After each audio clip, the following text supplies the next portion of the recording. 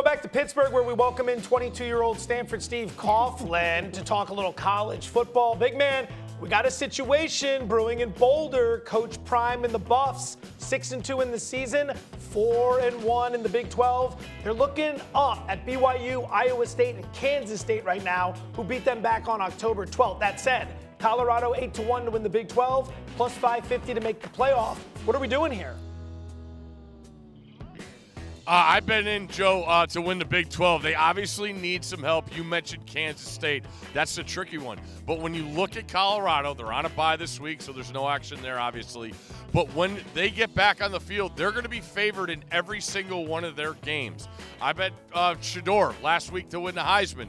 He's as good. Like, you watch all these other quarterbacks go down. You see what Nussmeier, he was creeping up there. But what Shedeur has done and how good he has been and how much better the offensive line keeps getting. His receivers are tremendous. I know everybody talks about Travis Hunter, but he always puts the ball in the right spot. He's a great leader. He added a rushing touchdown to the mix last week. So everything moving forward tells me Shedeur, the offense, Colorado. Now, with the Big 12, that's why it's 8-1, because you need help, because you have 4 teams, I believe, right now ahead of you. But one loss by Kansas State or a couple teams, stumble on the road, Colorado's going to be right there. When you look at these schedules, they don't play BYU and they don't play Iowa State. So as long as they can have the same record as one of those two, that gets them in there. But Kansas State is obviously the toughest one. All right, I want to talk about Shedeur and the Heisman in just a second, but a quick follow-up.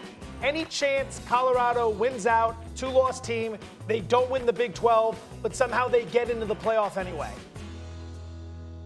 I don't see that. That's why I did the Big 12. Okay. I think the Big 12's in a tough spot, and it's only going to get one team. All right, I like that bet, and I think that's a smart move. All right, Oregon quarterback Dylan Gabriel is your Heisman Trophy favorite at plus 260. Colorado two-way megastar Travis Hunter, 3-1. Buffalo's QB Shedeur Sanders still 50-1. You were talking about Shedeur last week. Would you take any nibbles here now at 50-1? Yeah, let's jump back in. 50-1, are you kidding me? With all this upside, the problem's going to be his teammate. Travis Hunter does things that no one else in the sport has done in a very, very long time. Just read today, he's the only guy ever to win offensive conference player of the week and defensive conference player of the week in the same year. So his accolades are just going to get bigger and bigger, but Shedeur is the key to that team. They don't do anything without him. That's why I think he's more valuable, and I just think he's a better. When you talk about the spotlight, the quarterback gets all the shine, and Shedeur deserves it, and it's only going to get more and more attention with that Colorado train coming, being favorites in every one of their games left. If he stays healthy the rest of the way, I think it's Hunter's to lose. Voters love something shiny. They love something unique. They love something special. And they're winning this year, which is weird because last year everyone talked about Colorado and they didn't win. Now they're winning. No one's talking about them. Interesting scenario. Flat spots, trap spots, look-ahead spots. We love our situational analysis on this fine program. Yeah. What caught your eye heading into next week?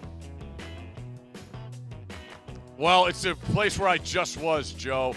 It's Bloomington, Indiana. They're going on the road. This is the toughest game they've played all season. When you look at that schedule, hey, it's not their fault they're undefeated. You can only play who's on your schedule. But when you talk about the emotion that was in the building, another sellout crowd at home, the way they won and just pounding Washington in the second half.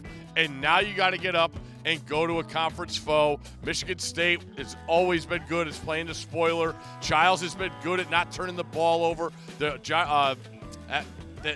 idea of East Lansing at a night game, Bloomington, be careful. Now it's up to 7.5 too. That just feels really, really tricky with how good it's been, how awesome it was last week, and now you're riding sky high, and you could go into a mucky night in East Lansing. We've seen it happen before. Just be careful laying the points with Indiana there. Yeah, that's a really good one. One that'll make your stomach churn is Auburn. As bad as they've been, they just beat Kentucky. They have Vandy this week. Vandy played really hard against Texas. They were in there for a good portion of the game, and that's a physical game. Now they got to turn around off that letdown, guys getting banged up, and they got to get up for Auburn, who's been terrible this year.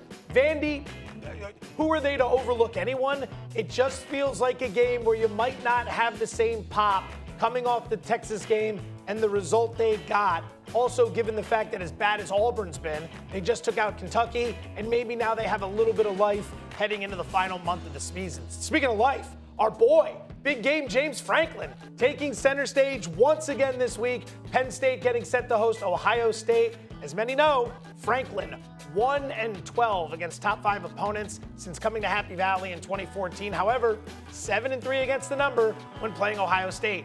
Buckeyes opened around 3.5, got bet up to 4. Are we going to trust Franklin here?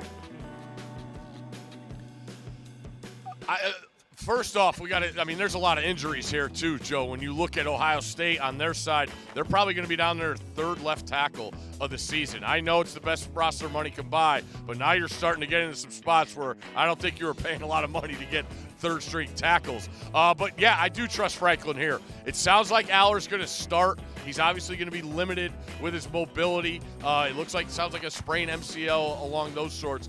But when I watch Ohio State, it's just not adding up. Like, I was there in Eugene. The defense didn't bring it. And Oregon's game plan was great. They did a lot of quick throws, but they also threw the ball deep, and it really got caught in Ohio State's heads. Denzel Burke's a guy who's an NFL player. Oregon went right at him. I would expect Penn State to do the same. Penn State has a better run game also, and I just think, I mentioned the left tackle injury. When you talk about going on the road, that kind of place, you guys, I don't know what color you're wearing, white out, blue, white out energy. There's a lot going on there. But yeah, as a home dog with Penn State, the capability of this Penn State team is way more than what they've had in these matchups. I talked to a bookmaker out in the desert yesterday. I said, what are you guys going to do with Ohio State, especially with the Aller injury? He said, we're planning to open 4, which is what they did, Ohio State -4. But if Aller hadn't got banged up, they were talking 2.5, maybe 3. So we're dancing around a key number, but that's kind of the drop-off between Aller and the backup, assuming that's the situation. Maybe an underplay, considering how good the Penn State defense has been this season.